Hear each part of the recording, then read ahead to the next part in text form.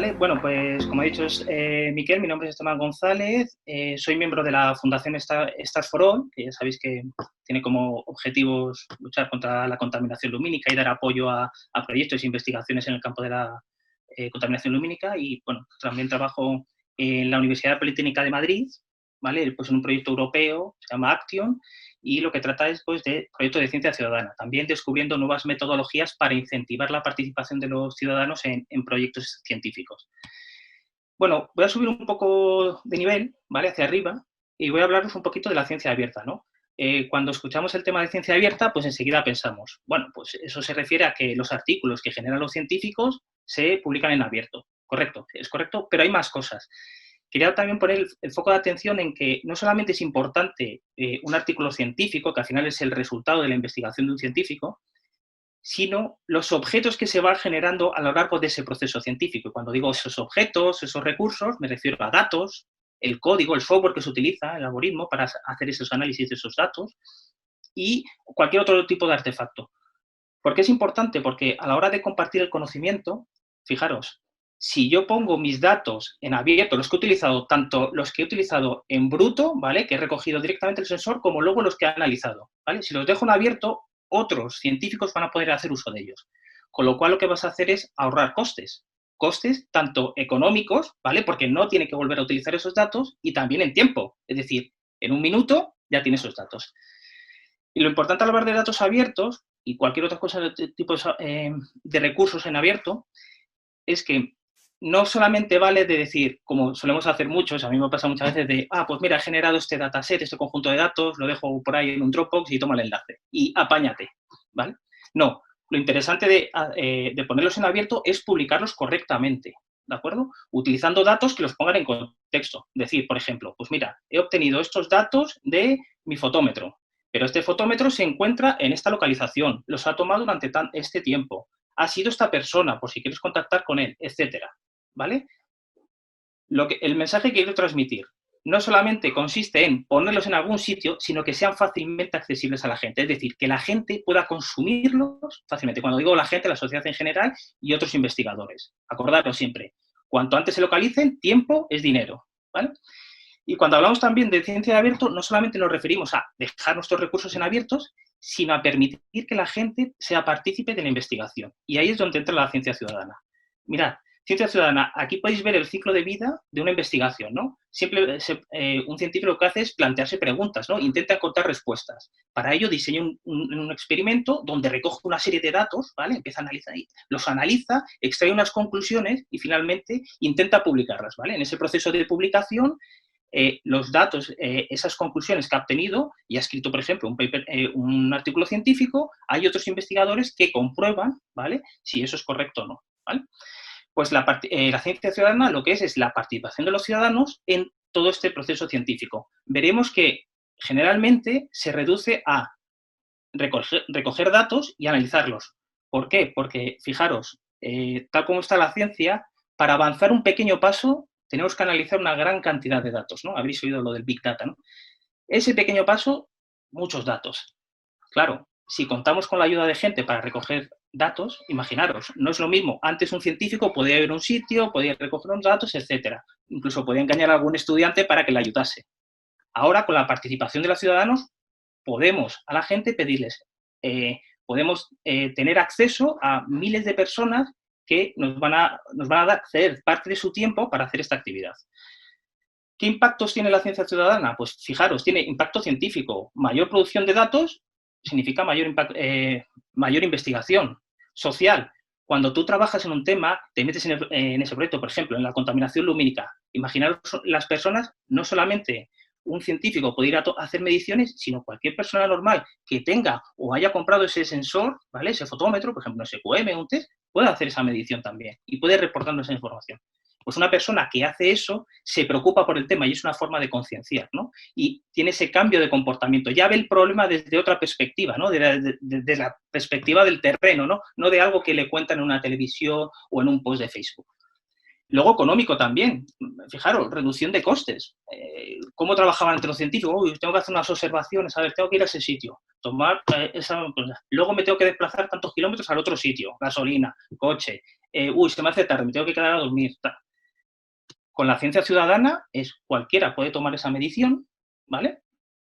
Y él ya vive allí. Si quieres tomar datos de Extremadura, pues seguro que encuentras una persona que te pueda ayudar en Extremadura a tomar ese dato, ¿vale?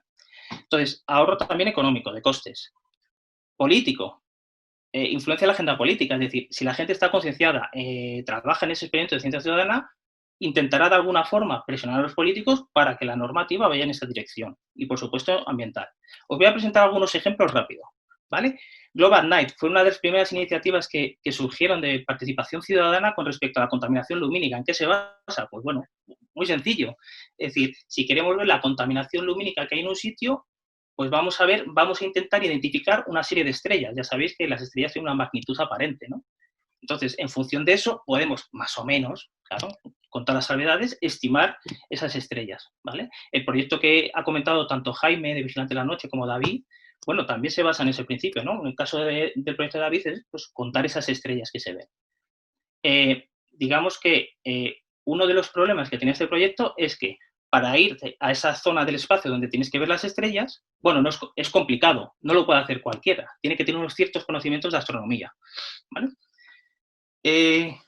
¿Cómo se arregló eso aproximadamente? Pues bueno, alguien pensó, oye, mira, la aplicación está Google Sky, que te redirige, te va, digamos, guiando a lo largo del cielo para identificar una estrella. ¿Por qué no lo combinamos con Global Night? ¿Vale? Y ya la parte esa de identificar dónde está, en qué zona del cielo tienes que observar esa estrella, la eliminamos, ¿vale? Evidentemente, la estimación, pues bueno, no es más correcta que la de Global Night, ¿vale? Pero, bueno, todavía es grano gordo, como digo yo, ¿no? No alcanza la precisión que puedas tener con un sensor. Luego tenemos, otra persona se le ocurrió, dice, oye, pues igual que, perdona, que está aquí mi hijo, cosas del directo. Sí, cariño, ahora voy. Un momento, vete con tu hermana. Perdona, sabía que iba a pasar justo ahora. Vale, pues otra persona dijo, bueno, oye, ¿por qué no en vez de la observación, ¿por qué no, en vez de utilizar el ojo de las personas, por qué no utilizamos la cámara de un móvil, ¿no? Entonces, con un sencillo móvil apuntamos al cielo y en función de eso obtenemos una magnitud, ¿no? Un brillo de cielo. Tengo que comentar que, por ejemplo, esta aplicación, las nuevas versiones, han sido calibradas con fotómetros en el laboratorio que tiene Jaime Zamorano allí en la Complutense, ¿vale? Con lo cual, son medidas más aproximadas de las mediciones que hacía antes esta aplicación. Nixnox. Ya la comenta Jaime. Simplemente me gustaría comentar, fijaros, os he dicho antes, habéis visto experimentación, etcétera, participación ciudadana. En este caso, fijaros, me podéis ver a mí aquí intentando tomar este mapa de cielo, os puedo comentar que es una tarea un poco tediosa, tardé hasta 15 minutos en hacerlo. Me costó un poquillo, ¿no? Es complicadillo. Y fijaros lo que ha comentado Jaime. Una persona del equipo, en concreto uno de los creadores del test de Fotómetro 3, dijo, oye, ¿y por qué no le ponemos aquí unos motores y que lo haga él? Y yo lo he visto en acción y es impresionante. Llegas, lo pones, 1 minuto y ya tienes las mediciones en tu móvil. Fijaros, ¿qué hemos hecho? Ahorrar costes. Cuanto menos tiempo tardemos en medir, más medidas podremos tomar y mejor estudio podemos hacer de la zona. Red de fotómetros test. Bueno, ya se conoce. Simplemente aquí comentar una cosa muy interesante que me pasó en las jornadas técnicas de Olivenza y en otros eventos de allí de astroturismo, es que, por ejemplo, nos enfocamos en que los test van a observatorios, pero claro, fijaros, lo podemos colocar en el techo de cualquier casa. Y me vinieron varias personas de casas rurales que se dedicaban al astroturismo allí en Extremadura y me dijeron, oye, Esteban, ¿esto podríamos instalarlos en otro? Por supuesto. O sea, fijaros, el coste que tiene montar una red. Tienes que comprar fotómetros, mandar a gente de viaje para instalarlo, etcétera.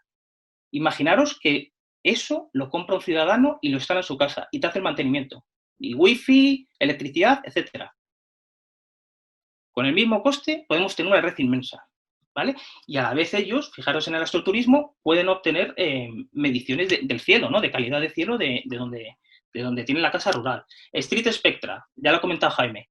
Lo interesante, pues igual, comentar simplemente que en esta aplicación los datos que producimos son en abiertos y que además hay como 2 tipos de aplicaciones. Una que catalogan farolas, ¿vale? Nos dicen qué tipo de luminaria, y la otra los ciudadanos nos ayudan a clasificarlas. ¿Por qué? Porque en ciencia ciudadana lo que pasa es que se produce algunas veces, bueno, cuando tomas una medición tiene una calidad determinada. Ciencia ciudadana va por ciencia bruta. Cuantas más observaciones tenemos de una misma zona, ¿vale? Mejor será el resultado, ¿vale? Y es lo que se intenta conseguir con este proyecto. Ciencia ciudadana ya lo ha comentado. Simplemente como conclusiones, fijaros, en investigación, pues adoptar los principios de ciencia ciudadana claramente acelera la investigación en contaminación lumínica. Además, pueden surgir nuevas ideas. Fijaros en lo de Nixnos o en los fotómetros test, ¿no? Te puede venir alguien que diga, oye, pues, ¿por qué no hacemos esto? Y por qué muchas veces no tiene precio. Concienciación, evidentemente, trabajar en el problema que ayuda a concienciar a la sociedad sobre el problema en el que está trabajando. Educación, promocionar la ciencia ciudadana en escuelas es una inversión, en este caso, a largo plazo.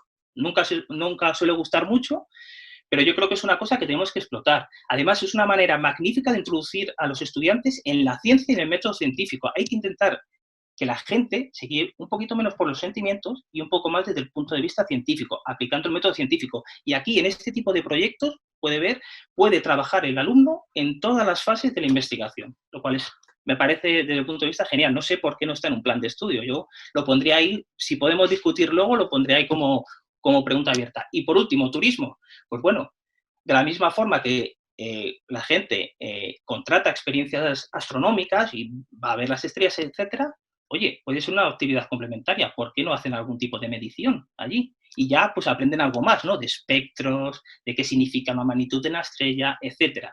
Porque yo siempre, como siempre digo, yo aprendo trabajando, ¿no?